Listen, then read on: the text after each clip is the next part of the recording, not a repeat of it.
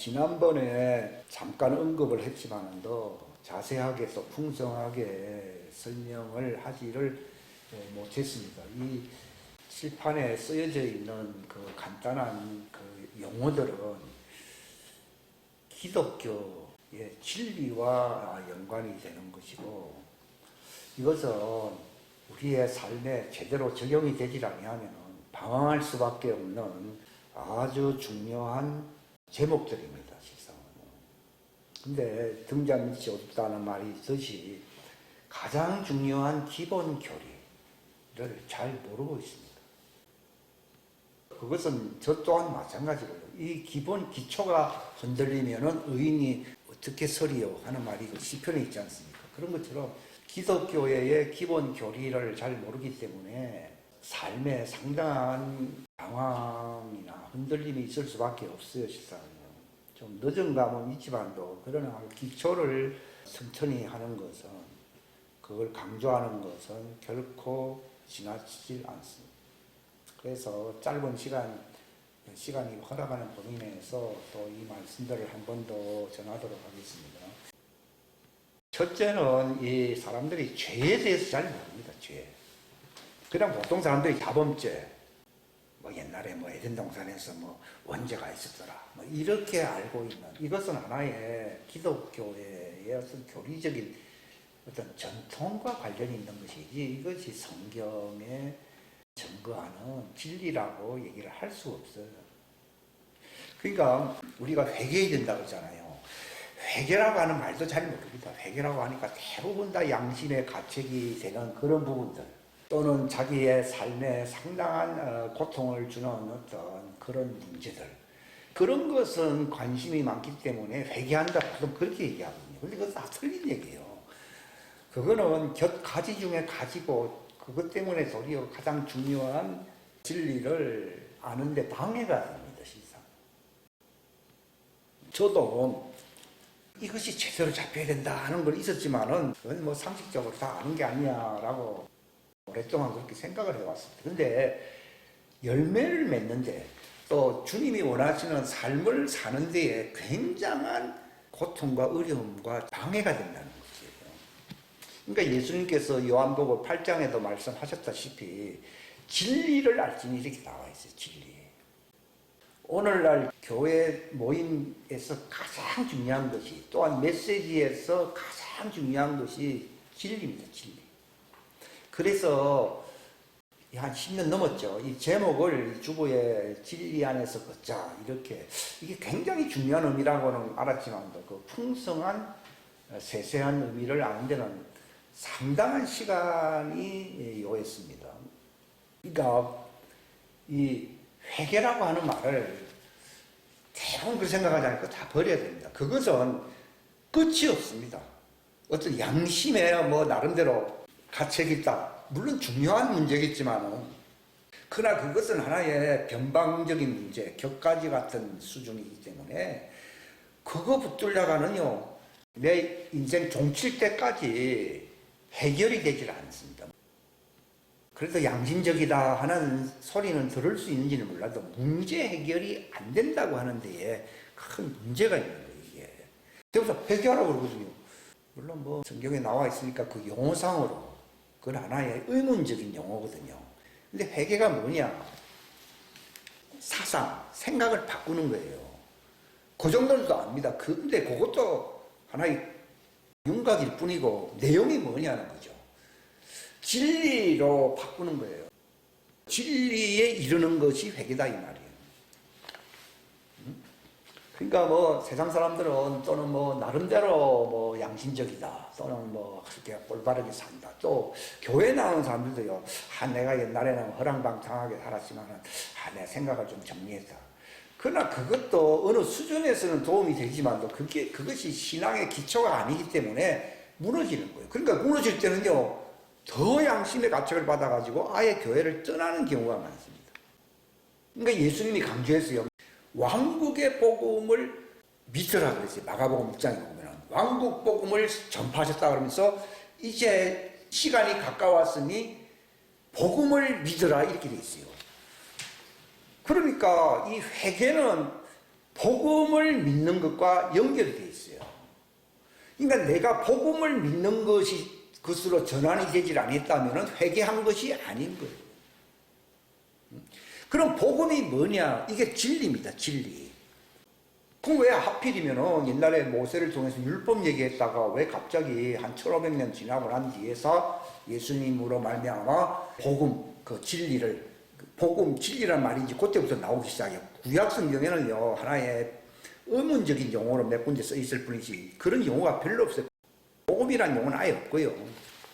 이 굉장히 중요한 거예요. 실상은 오늘 제목이 뭔가 하면 왕국의 신비를 여는 지식의 빛이다. 이게 간결하게 쓰려고 노력을 굉장히 많이 한 거예요, 제가 이게. 근데 한마디로 말해서 진리냐 아니면 의문, 이건 한 율법의 수준을 의문이라 불러요. 하나의 문자를 모르는 사람은 없잖아요. 근데 진리는 문자의 수준을 얘기하는 게 아니에요. 진리는 사람을 변화시키는 빛이에요, 빛. 그러니까 많은 사람들이 진리를 하나의 의문적인 문자의 어떤 수준으로 생각하는 사람들이 많이 있어요. 저도 또한 잘 모를 때는 뭐 그렇게라도 지켜야 되지 않느냐. 그러니까 이제 수준 미달이기 때문에 그렇게 생각을 하는 것 뿐이에요. 율법은 몽학 선생으로 진리로 인도하는 안내 역할을 합니다. 근데 안내라고 하는 것은 잠깐 어릴 때 필요한 것이지 계속 진행이 되는 건 아니거든요. 그러니까 문제는 진리. 그러니까 많은 사람들이 배우나 진리에 이르지 못한다. 많은 사람들이 뭐 이렇게 들으나 은혜에 이르지 못한다. 이런 말을 했어요. 근데 예수님은 어떤 분이시냐 하면은 그 진리, 그 은혜가 충만한 분이라 이렇게 나와 있어요. 요한복음 1장에 보게 됩니다. 저는 이제 그런 말들을 이해를 하게 되는 거예요. 그러니까 진리를 알게 되니까 예수님 말씀대로 자유하리라. 좀 굉장히 자유를 누리고 있거든요, 제가요. 근데 자유는 공짜가 아니다. 대가를 치러야 된다. 뭐 세상 말이 그런 말이 있어요. 그런 것처럼 이 진리에 이르는 데는요 상당한 어려움이 많습니다. 사단이 다른 것에 대해서는 별로 관심이 없습니다. 그러나 그가 진리에 이르게 되면은 사단의 왕국의 체제가 무너져 버립니다. 예수님께서 빌라도 법정 앞에 섰을 때에 네가 왕이냐 그러니까 예수님이 말했습니다. 내가 왕일 뿐만 아니라 왕직을 완전히 완수하려고 내가 세상에 왔다 이렇게 말했어요. 그러면서 거기까지만 얘기하면 좋은데 진리를 아는 자, 진리에 속한 자는 내 말을 이해한다. 이게 완전히 기분 나쁜 얘기죠. 너는 진리도 모른다 그 얘기거든요. 그러니까 본래 피고가 되면은 재판관에 대해서 좀 아량을 베풀자 그래야 되는데 예수님은 어떻게 하면은 내가 빨리 죽을 것인가 그것만 생각하는 분인 것 같아요. 왜냐하면 그분은 죽으러 왔기 때문에. 만약에 예수님이요 재판관이나 빌라도에게 잘 보인다 그러면 안 죽을 수도 있었어요. 그렇게 되면 누구의 뜻이 안 이루어집니까? 아버지 뜻이 이루어지지 않습니다. 본래 어두움, 흑암을 만드셨다. 하나님 빛도 창조하시지만 어두움도 창조한다라고 이사야에서 있잖아요. 그 어두움을 왜 만듭니까? 물질 세계 속에는 어둠이 있어야 물질 세계가 무너지는 거예요. 예수님도 물질 세계 육체 안에 오신 분이시거든요. 예수 그리스도가 육체 안에 오신 것을 부인하면 저 그리스도라 이렇게 나와 있어요. 하나님이 육체 안에 오신 분이다라고 디모데전서 3장 16절에 있어요. 가룟 유다가 딱 나가니까 예수님이 뭐라 했는가 하면요. 아휴 저놈이 나가가지고 나쁜 짓을 할 건데 이렇게 말을 한 게 아니라 인자가 이제 영광을 얻을 때가 왔다. 즉 죽을 때가 왔다 이 말이에요. 예수님은 죽으려고 온 거예요. 지금 우리의 삶도 죽으려고 사는 거예요. 예수님과 같이 죽어야 어찌 됩니까? 부활을 이루는 거예요. 근데 세상 사람들은 그 반대로 살아야 살아요. 그 반대로 사니까 항상 죽음이 무서워 마귀에게 종로로 단다라고 히브리서 2장에 기록되어 있잖아요. 이 물질 세계 이거는 진리가 아니에요. 성경에서는 하나님은 영이시고 하나님께 예배할 때는 진리와 영으로 경배를 해야 된다 이렇게 나와 있거든요. 하나님이 왜 흑암을 만들어 놓았는가 하면 흑암으로 말미암아 이 물질 세계가 이제 끝나게 만들려고 그러는 거예요. 그게 많은 사람들이 그걸 이해를 못하기 때문에 살만한 세상에 왜 이렇게 어려움이 많고 뭐 죽음이 있고 뭐 고통이 있고 뭐 등등 얘기하잖아요. 다 죽음과 관련된 거잖아요. 근데 하나님은 그 진리를 알므로써 진리 안에서 네 생이 끝나게 되면은 너는 죽음과는 관계가 없는 부활체, 영생에 이르게 된다고 하는 하나님의 보관, 계획이 있는 거예요. 그게 하나님의 왕국, 죽음과는 상관이 없는 영원한 영생을 누릴 수 있는 세계 속에서 살게 하는 거예요. 그게 복음인데, 근데 사람들은 죽음이 아예 없었으면 좋지 않겠느냐 이렇게 얘기하거든요. 그게 이제 인생의 어떤 철학적으로 사람들이 가장 풀어야 할 풀리지도 않는 그런 요원한 숙제라고 얘기를 할 수가 있습니다. 근데 진리를 알게 되면요, 바로 예수님처럼 반응을 하게 됩니다. 때가 됐을 때 그분은 6월절 하나님이 절기를 왜 정해놓으셨냐? 그분이 죽을 날이에요. 그분이 죽질 아니하면은 하나님이 그를 죽은 자 가운데서 일으킬 수가 없는 거예요. 왜 하나님은 영원히 살게 할 뿐이지 왜 죽은 자 가운데서 일으킨다는, 저도 옛날에 아니 그럼 뭐 죽는다 할 뿐이지 뭐 죽은 자 가운데서 뭐 일으킨다 이런 표현을 부활이라고 왜 하시는가에 대해서 이거는 뭐 수십 년 뭐 내 전생애라고도 얘기를 할 수가 있는데 그걸 알게 되는 거예요. 그게 이제 진리를 알게 되는 거예요. 진리를. 그러니까 예수님이 나는 왕이 되려고 왔다고. 당신의 나라가 어디냐 그랬더니 내 나라는 여기에 있는 게 아니고 저 하늘, 현재로는 하늘에 있다. 물론 그 새 예루살렘 성이 땅으로 내려옵니다. 근데 현재로는 말을 쓰고 있는데 그게 개혁성경에 빠졌어요. 그냥 하늘에만 있다고 그러면 땅은 아무 관계가 없다는 얘기. 그게 아니라 현재로는 한 말은 언제 장래에는 내려온다 그 말입니다. 그래서 왕국이 임하옵시고라는 말을 쓰는 거죠.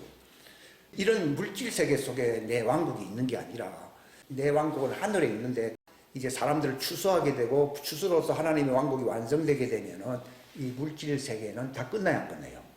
싹 끝나버리는 거죠.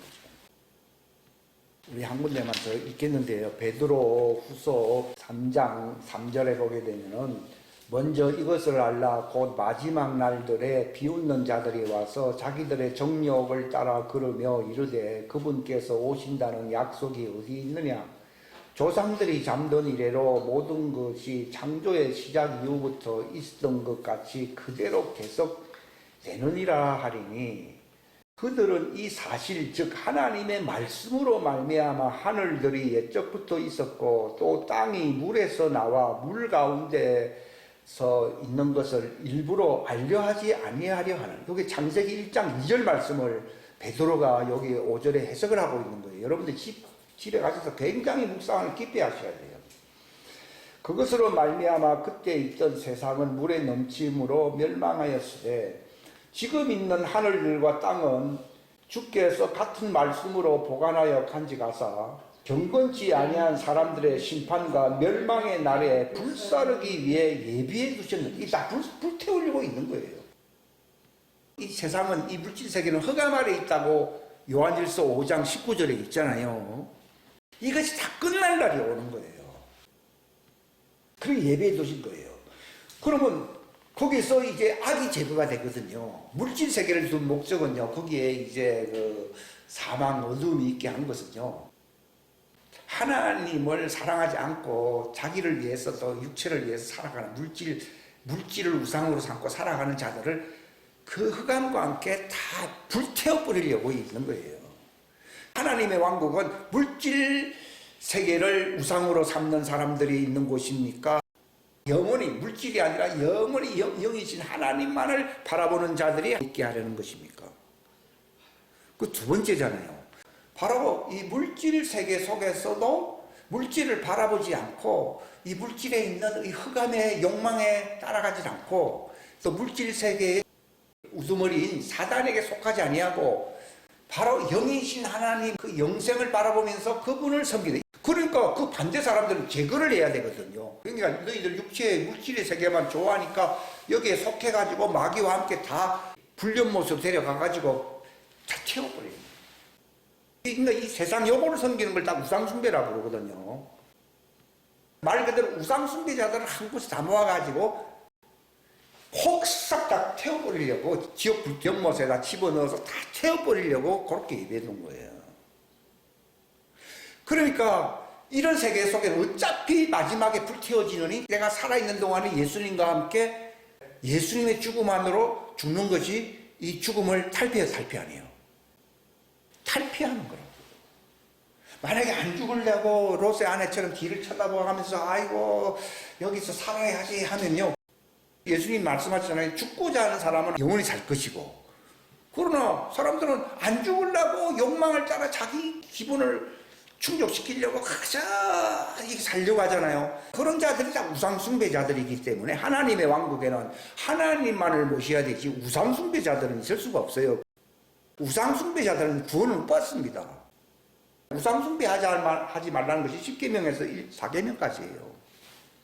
그리고 실제로는요, 부모를 하는 말이 그게 혈육의 부모는 하나 예표적인 거고 실상은 부모가 누굽니까? 하나님이에요. 하나님을 공경하면 잘 된다. 그런 말이에요. 그게 그 뜻이고, 그 다음에 뭐 살인하지 말라 그랬잖아요. 살인과 형사는 사람을 찢다. 물론 그렇게 해서도 안 되지만 거기서 살인하지 말라는 말은 하나님의 말씀을 멸하지 말라 이 말입니다. 즉 하나님의 말씀을 존중하라는 얘기예요. 하나님의 말씀이시기 때문에 그게 10계명이에요. 그냥 하나님 문자적으로 하면은 눈에 보이는 혈육을 사랑하고 그렇다고 해서 영생을 얻습니까? 그건 아니거든요. 하나님 성경에는 하나님의 그 말씀을 지키는 사람은 죽음을 영원히 보지 않는다고 나와 있어요. 그것은 하나님 예표적으로 10계명을 통해서 표현한 것이지 그것이 문자적으로만 사람들이 다 이해를 하고 있거든요. 물론 뭐 사람을 칼로 죽이면 그거는 감옥에 가야지. 근데 십자가 우편 강도도 실제로는 그런 짓을 했는지 모릅니다. 했지만도 예수님을 딱 바라보니까 자기가 육신 안에서는 그런 짓을 해왔지만도 자기는 하나님의 말씀을 사랑한다. 왜 그런가 하면 옆에 사람들이 잔소리를 하니까 이분은 의로운 사람이야. 그따위 짓 하지 마라. 이렇게 사람이 바뀌었어요. 이 사람이 바뀌고 예수님께 대해서는 주인이시여 이 말입니다. 주인. 옛날 개혁성경에는 예수라는 말에서 예수가 아니고 주인님이시여. 하나님의 왕국에 나는 들어가고 싶으니까 하나님의 말씀을 존중함으로 하나님의 왕국에 들어가려고 하니까 나를 기억해 달라는 거예요. 그러니까 땅에서는 제가 육신적으로는 살인을 했는지 모르지만 하나님을 살인하지는 않은 거예요. 근데 우상숭배자는 하나님을 죽이는 거 맞아요, 안 맞아요? 맞잖아요. 자기 사람을 안 죽여도 하나님 죽였잖아요. 하나님의 왕국에는 하나님 죽인 사람은 절대로 못 들어옵니다. 그러나 땅에서는 사람을, 이것도 하면 안 되겠지만도 사람을 죽였을지라도요, 하나님을 나는 죽이진 않았고 하나님의 말씀을 존중하고 그 왕국의 주인이라고 그분을, 그 주인님을 내가 주인이라는 말은 주인을 섬기는 사람들이 쓰는 말이지, 자기는 물질이 주인이고 마귀가 주인이잖아요. 근데 자기는 나의 주인은 당신입니다 그러잖아요. 나는 우상숭배자가 되고 싶지 않고 당신을 주인으로 모시고 싶다 이 말이에요. 그러니까 너 나와 함께 가자 그러잖아요. 그걸 잘 이해를 못하면요, 십자가 우편 강도 그자의 발바닥만도 못하는 인간이 되는 거예요. 자기는 착하고 이런 자지만요. 그러니까 사람의 계명으로만 알고 있지 하나님에 대한 계명으로 이해를 못하고 있다는 것이 죄가 무엇인가에 대해서 잘 모르는 거예요. 우리 요즘 말로 회개하라 그러면요, 아마 십자가 운명 강도는요 세상 종말이 올 때까지 회개를 다 할 수 없을 정도로 아마 양이 많을 겁니다. 그러나 성경에서 회개라고 하는 것은 그런 걸 회개라고 하는 게 아니거든요. 너는 우상숭배자가 아니고 너는 나를 주인으로 모시고 살기를 원한다. 그러니까 내가 주인된 왕국으로 같이 가자 그러잖아요. 당신의 왕국이 임할 때 나를 기억해 달라니까 같이 가자 그러잖아요. 물론 대기처로 간 것이지만요. 그러니까 이 죄에 대한 기준을 우리가 모르게 되면요, 방황할 수밖에 없는 거예요. 그래서 다른 사람들한테 전도 안 됩니다. 너 나쁜 짓 했지, 뭐 술 먹었지, 뭐 돈떼 먹었지, 헤이, 뭐 다른 사람들한테 야박하게 굴었지. 주로 그런 거를 다 죄라고 생각을 하고 그런 것을 생각하는 그곳을 회개해야 되는 거예요. 하나님의 왕국의 기준, 진리를 기준으로 해서 회개를 하는 게 아니라 다 교회 전통과 자기 어떤 습관성의 어떤 그 인간의 의의가 있잖아요. 그거는 인간의 의지, 하나님의 의가 아니에요. 진리는 피조물의 의가 아니고 창조주의 의예요. 그러니까 죄가 뭐냐면요, 하나님의 의에 이르지 못하는 것은 다 죄입니다. 그리고 기독교의 믿음이라고 하는 말을 이해해야 돼요. 믿음이라고 하는 것은 하나님의 그 의를 진리라고 인정하는 것이 믿음이다, 이 말이에요. 그게 진짜예요. 내 삶과 사의 분기점이 바로 하나님의 의를 그 기준으로, 진리를 기준으로 알게 될 때, 이거를 인정하게 될 때에 그게 바로 믿음이라는 거예요. 그러니까 믿음으로 하지 아니한 것은 다 죄다 그랬거든요. 그 말은 요즘 말하면 나쁜 짓 한 사람을 다 죄라고 그러지, 성경에서 말하는 것하고 일치하지 않지 않습니까? 그러니까 우리가 다 그렇게 생각하고, 그러니까 교회가 구원받기 힘든 거는요, 저놈은 나쁜 짓 많이 하고 왔지. 교회 팽배합니다. 십자가 우편 강도는 회당은 안 갔을 겁니다. 그러나 딱 진리를 알고 있잖아요. 진리를. 그러니까 강도의 발바닥만도 못한 운명이 될 가능성이 교회 다니는 사람들에게 한 95%라는 얘기도 있어요. 그러니까 하나님의 의다 말이에요. 그러니까 죄 반대말은요, 착한 것 이게 아니고 죄는 불법이라 했어요. 거기서 법이라고 하면 진리를 얘기하는 거예요. 진리에 이르지 못해. 이 사람이 법이라 그러니까 우리나라 법이었었고 또 모세의 법이었었고 이렇게만 생각을 하잖아요. 이 불법자들아 하면 끝난 거예요. 너는 하나님의 왕국에 들어올 자격이 없다 이 말이에요. 즉 진리에 이르지 못하면 다 불법자예요. 그러니까 왜 회개를 해야 되는가 하면요, 하나님은 그 진리를 아는 사람들에게 관심이 많거든요. 그래서 진리를 내가 기준으로 삼고 진리를 위해서 살 만큼 그 진리를 알려고, 진리에 이르려고 내가 노력을 함으로써, 그래서 진리를 아는 거, 이게 믿음이에요. 그 죄는 뭡니까? 믿음으로 하지 아니하는 것이 다 죄라고 되어 있거든요. 그러니까 진리하고 상관없이 내가 착하게 살잖아요. 내가 뭐 교회에서 봉사도 열심히 하잖아요. 못 갑니다. 못 갑니다. 너희 의가 바리새인 의보다 더 낫지 아니하면은 결단코 천국에 못 간다고 예수님이 직접 말씀했어요. 그러니까 바리새인 의는요, 소위 교회당 안에서나 또는 세상적으로 보면 제일 착한 사람들이 아니에요. 착한 사람들이에요. 아마 굉장히 부러워하는 사람들이에요. 그 사람들이. 그러니까 우리가 판단하고 생각하는 것과 예수님이 생각하는 것은 천양지차입니다. 그러니까 저 사람은 왜 천국에 못 갔느냐. 그러니까 바리새인은 천국에 못 가고, 십자가 우편강도 그 형편없는 그 죄인, 이렇게 얘기를 하거든요. 그러나 이는 하나님의 의를 알고 예수님이 바로 하나님의 왕국의 의로 그가 다스린다는 걸 알고 있거든요. 그걸 믿음으로 갖고 있거든요. 그리고 나와 함께 낙원에 있자고 그러잖아요. 그러니까 교회에서 착하게 사는 사람들이 이러면요, 강도의 발바닥도 못 미친다는 얘기예요. 그러니까 하나님께 대한 열심이 나를 삼킨다는 말이 있잖아요. 그걸 얘기하는 거예요. 자기들은 굉장히 하나님 잘 섬긴다고 하는데, 그렇게 산다고 하는데 실제로는 누구를 집어삼킨다고요? 예수님을 집어삼키는 사람이라고 요한복음 2장에 나오잖아요. 주를 향해서 저들이 열심을 내는 것이 도리어 나를 삼키는 것이라고 되어 있잖아요. 이게 얼마나 모순입니까 이게. 그 대표적인 사람이 바로 바로 같은 사람이었어요. 자기는 율법의 의로는 흠이 없다고까지 얘기했어요. 그러나 그는 예수 믿는 사람들을 죽이려고 했고, 하나님의 왕국의 의에 대해서는, 자기의 율법의 의에 대해서는 관심이 많지만 그거에 대해서는 관심이 없었어요. 그러니까 이건 하나님을 죽이려고 하는 짓거리잖아요. 이 수준이 하나님을 죽여요. 그러니까 예수님이 네가 왜 나를 핍박하니? 네가 핍박한다는 말은 결국은 죽이겠다는 얘기 아니에요. 네가 왜 나를 핍박해? 하니까 이 사람이 눈이 멀어버리고 팍 떨어지면서 저게 무슨 자기 충격 속에 와 있어. 그러니까 자기 의로서 결국은 하나님의 의를 죽여야 죽여요. 죽이는 거예요. 이 사람은 자기 의가 없는 사람이에요. 강도 같은 사람은.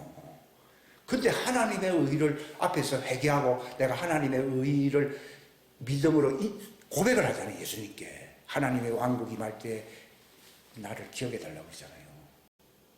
당신이 주인님이시니까.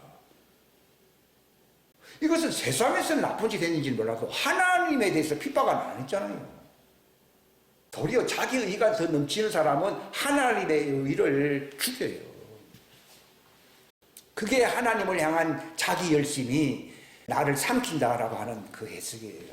지금 많은 사람들이 그렇게 생각해요. 그러니까 죄라고 하는 것은 하나님에게 해가 되게 하나님에 대해서 도전하고, 이거 즉 하나님의 의를 인정하지 않고 자기 의로서 이거 대체시키려고 하는 것이 바로 하나님의 의를 삼키는 거예요. 이걸 가리켜서 성령 해방죄라고. 그러니까 많은 사람들이 예수님의 말씀을 이해를 하려고 했지만, 또 그 당시 종교인들이 특별히 이해를 하려고 노력했지만은, 내가 그들에게 비유로 말을 하고 그들이 들어도 듣지 못하게 하고 깨닫지 못하게 하고 보아도 보지 못하게 하는 이유는 뭔가 하면은 그들이 죄사함을 얻지 못하게 하려 함이라 이리 나와 있어요.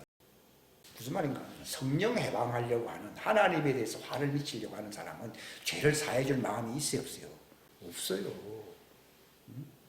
그런 별해야 할 대상이기 때문에 그들의 죄 사함의 은혜를 그 상황에서는요 베풀어줄 의무가 없어요. 그러니까 그들에게는 진주를 주는 게 아니라 비유로 잘 이해를 못하게끔 그분이 가려버리는 거예요. 보아도 보지 못하고 들어도 듣지 못하게 한다. 이는 그들이 듣고 깨달아서 죄 사함을 얻을까 봐 하나님이 염려한다 이렇게 나와 있어요. 하나님이 염려하는, 저 사람이 구원받을까 봐 염려한다는 거예요. 왜냐하면 그 사람들은 교리적으로 또 지식적으로는 상당히 민감을 해야 해요. 하니까 좋다 해가지고 이렇게 되지 않으려고 그들에게 혼동이 일어나도록 비유라고 하는 것은요 실속을 모르게끔 위장을 한다는 뜻이에요. 죄사함 받게 할 의도 있다면요 바로 직선적으로 얘기를 합니다. 그런데 그렇게 말을 하는 이유는 그들은 나를 사랑하긴커녕 하나님의 왕국에 큰 폐해를 끼칠 사람이기 때문에 죄사함을 얻어 혹시 하나님의 왕국에 들어올까 봐 겁이 난다 그 얘기입니다. 그래서 그들에게는 비유로 얘기한다는 거예요. 근데 그 소위 말해서 세상에서는 별로 인정도 못 받는 사람이지만 또 하나님 볼 때는 저 사람은 하나님의 왕국에 피해를 줄 사람이 아니라 내가 긍휼을 베풀고 진리를 가르쳐주면은 내게로 돌아올 사람임을 알게 되면요 아예 말도 하기 전에 소자야 너 죄사함을 받았느니라. 이거 너무 이상하잖아요. 어떤 사람에게는 보아도 보지 못하고 듣지 못하게 하여 그들이 죄사함을 얻을까 염려한다 이렇게 말이 있는가 하면요 지붕을 뚫고 믿음으로 예수님을 바라보고 그 왕국에 대해 사모하는 사람이 내려오게 되면요 소자야 안심하라 너 죄사함 받았느니라 이렇게 얘기했거든요. 그렇게 말을 할 수 있는 것은 그분 소관입니까? 우리들 소관입니까? 그분 소관이에요. 그러니까 그분의 마음에 안 드는 사람은 이제 때가 끝났잖아요. 그러니까 성령 해방죄를 범할 사람들이잖아요. 제외시켜버려요. 그러니까 제일 불행한 사람이 누구냐? 하나님이 제외시킨 사람이에요. 그러니까 이런 죄를 무슨 죄라 부릅니까? 사망에 이르는 죄라고 요한일서 5장 있잖아요. 사망에 이르는 죄가 있는가 하면은 사망에 이르지 아니하는 죄가 있다 이런 말이 있거든요. 나는 그게 옛날에 사망에 다 이르지 죄 자체가 사망인데 죄값은 사망인데 사망에 이르지 않는 의가 있다 이런 말은 맞는데 사망에 이르지 않는 또 죄가 있다. 이게 뭐 오락가락 이제 그런 거를 사람들이 잘 모르는 거예요. 제일 모르는 사람이 소위 신학 전문가들이 제일 모릅니다. 자기는 나름대로 각고를 만들어 놔가지고서. 근데 그런 거를 하나님이 가르쳐 주는 거예요. 그러니까 나는 저런 어린아기 같은 어리숙한 사람에게 이런 걸 가르쳐 주는 거예요. 근데 스스로 본다고 하는 사람은 자기가 보지 못하면서 소경이면서 본다고 하니까 하나님이 가르쳐 줍니까? 안 가르쳐 줍니까? 안 가르쳐 줍니다. 그들은 소경되게 한다고 해서 안 했어요. 요한복음 9장에 나와 있잖아요.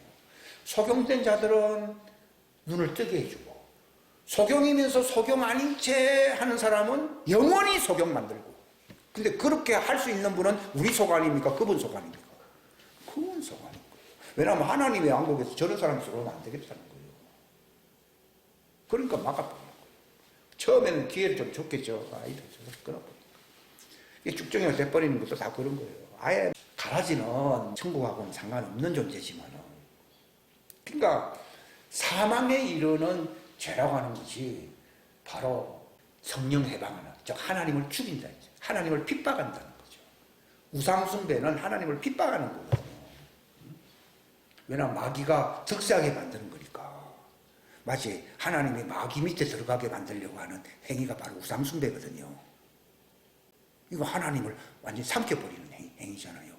그런 것에 대해서는 그런 자격없다고 해서 꺼버립니다.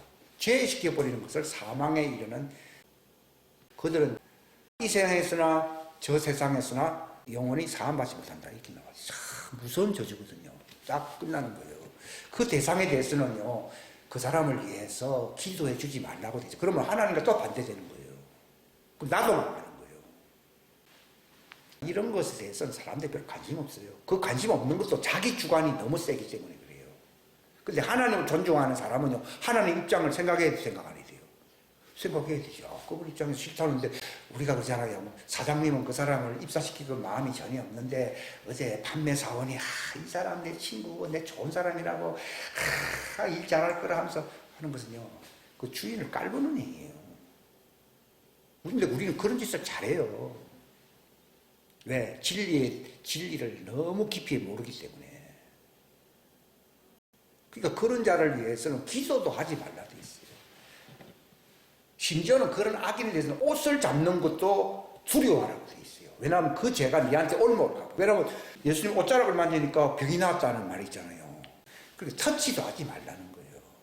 심지어는 요한 2서에 보게 되면은 그런 자를 악인이라고 부르는데, 성경에서 말하는 악인하고 인간들이 말하는 악인하고는 또 다릅니다. 이거 사람들이 잘못 알고 있거든요.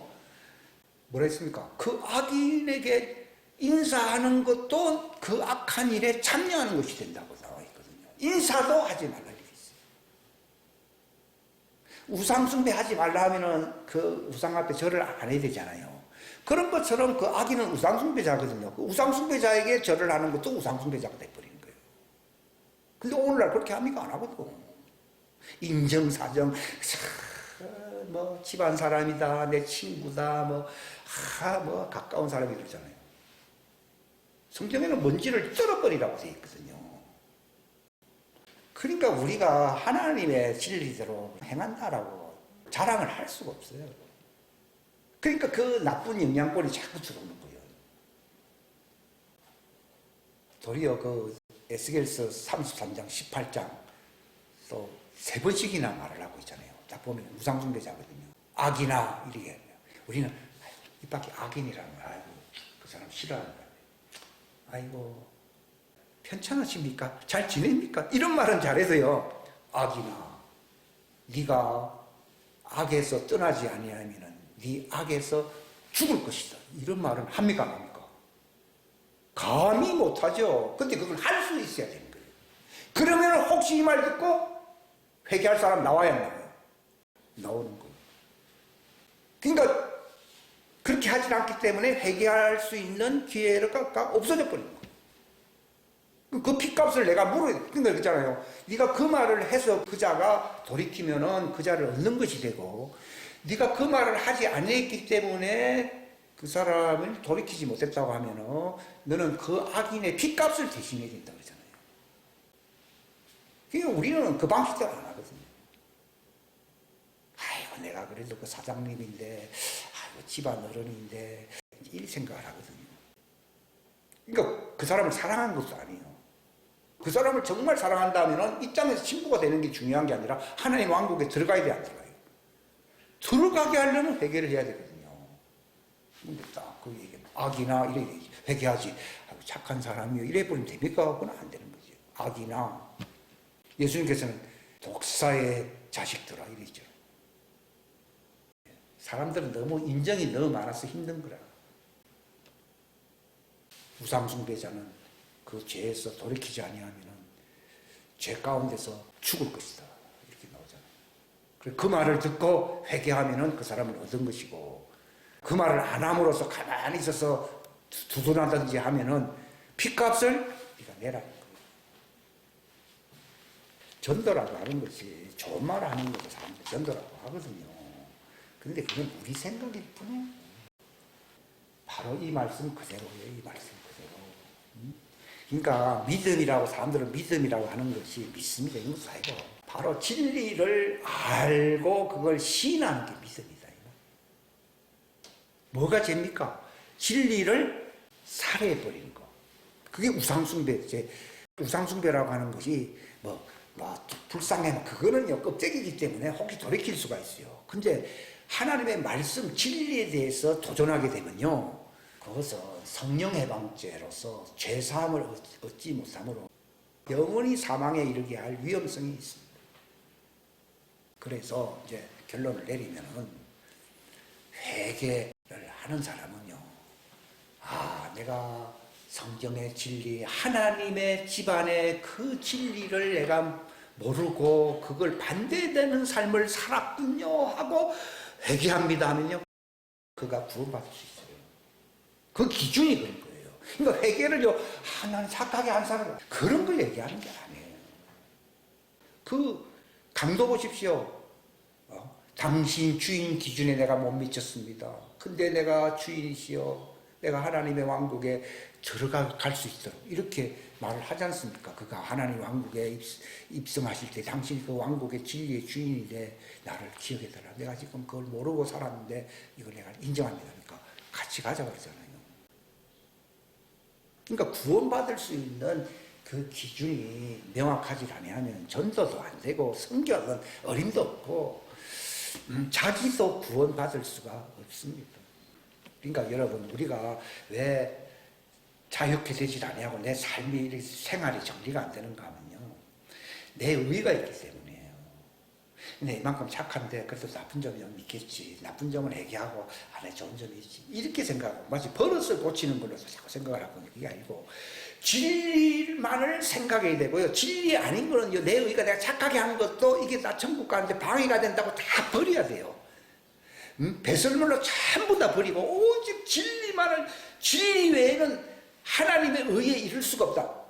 근데 자기 의가 있으면 그것이 희석이 될 수 있어요. 교회 다니는 사람들이 삶이 어정쩡한 이유가 그거예요. 그러니까 내가 어떻게 하면은 깨끗해질 수 있는, 사람들이 내가 나름대로 깨끗하게 살아왔다 이런 생각이 너무 많거든요. 그게 아니고 진리를 지킴으로써 그분이 씻어줘요, 안 씻어줘요? 씻어질 때 혼이 깨끗하게 되어 사람들을 사랑하게 된다, 이렇게 나와 있어요. 베드로전서 1장 20절에 보게 됩니다. 그러니까 진리로만 내가 깨끗해지고 저희를 진리로 거룩하게 할 수 있지, 우리의 어떤 습관성이나 내가 어쩌고 내가 쓸데없는 말을 많이 하죠. 그러니까 하나님은 그래도 기회가 있기 때문에 봐주긴 봐주는데 오랫동안 저처럼 고생을 많이 합니다. 근데 착하게 산 사람들이나 이런 사람들이 상당히 고달픈 이유가, 이거는 수십 년 동안 어정쩡하게 살거든요. 근데 진리밖에 잘할 게 없어요. 진리만을 붙들게 될 때에 내가 죽음하고는 인연이 없고 사단하고도 인연이 없고 자범죄하고도 이제는 나하고 인연이 다 끊어져 버려요. 근데 이거는 내가 천국 가기 위해서는 믿음, 그러지만 또 내가 이런 생활 습관은 내가 알아서 고쳐야지 이렇게 생각하잖아요. 안 고쳐집니다. 제가 샘플입니다. 안 고쳐집니다. 그 버릇이 안 없어지더라. 그게 우상이, 자기 우상이잖아요. 자기 우상을 마음에 들이고 악을 행하는 악인들은 너 죽을 것이다, 이렇게 예수님이 말씀하시잖아요. 자기 의를 의지한다고 나와 있거든요. 그처럼 우리도 내 의를 자꾸 의지하는 경향이 있어요. 그러면은 악인이 돼버린 거예요. 오직 진리뿐이에요. 그래서 그때 왜 진리 안에서 그 자라고 왜 썼느냐, 12년 전에 왜 쓰게 했느냐, 이제 알게 됐어요. 그거 외에는 다 지옥 가는 거예요.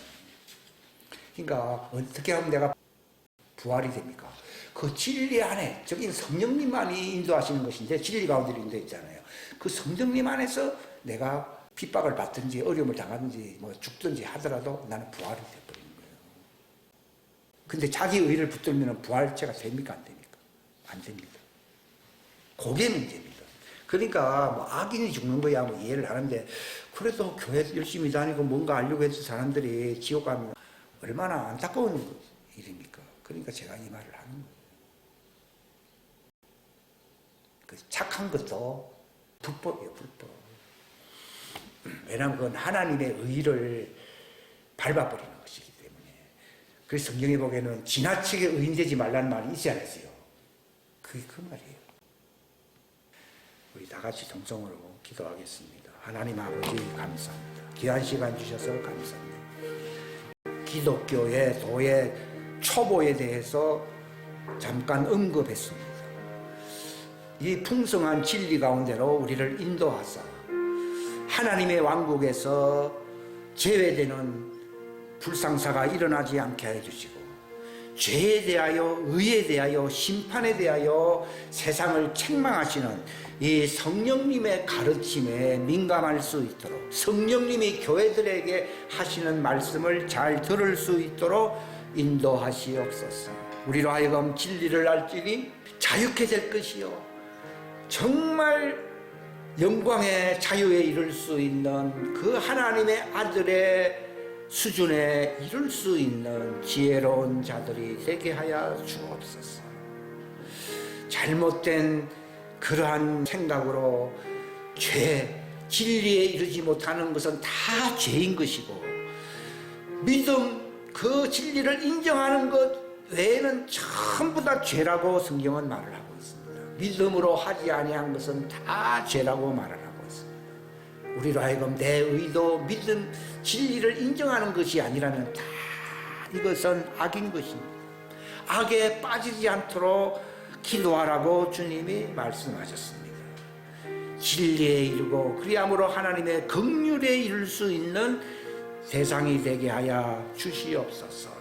감사하고 예수님의 이름으로 기도하옵나이다.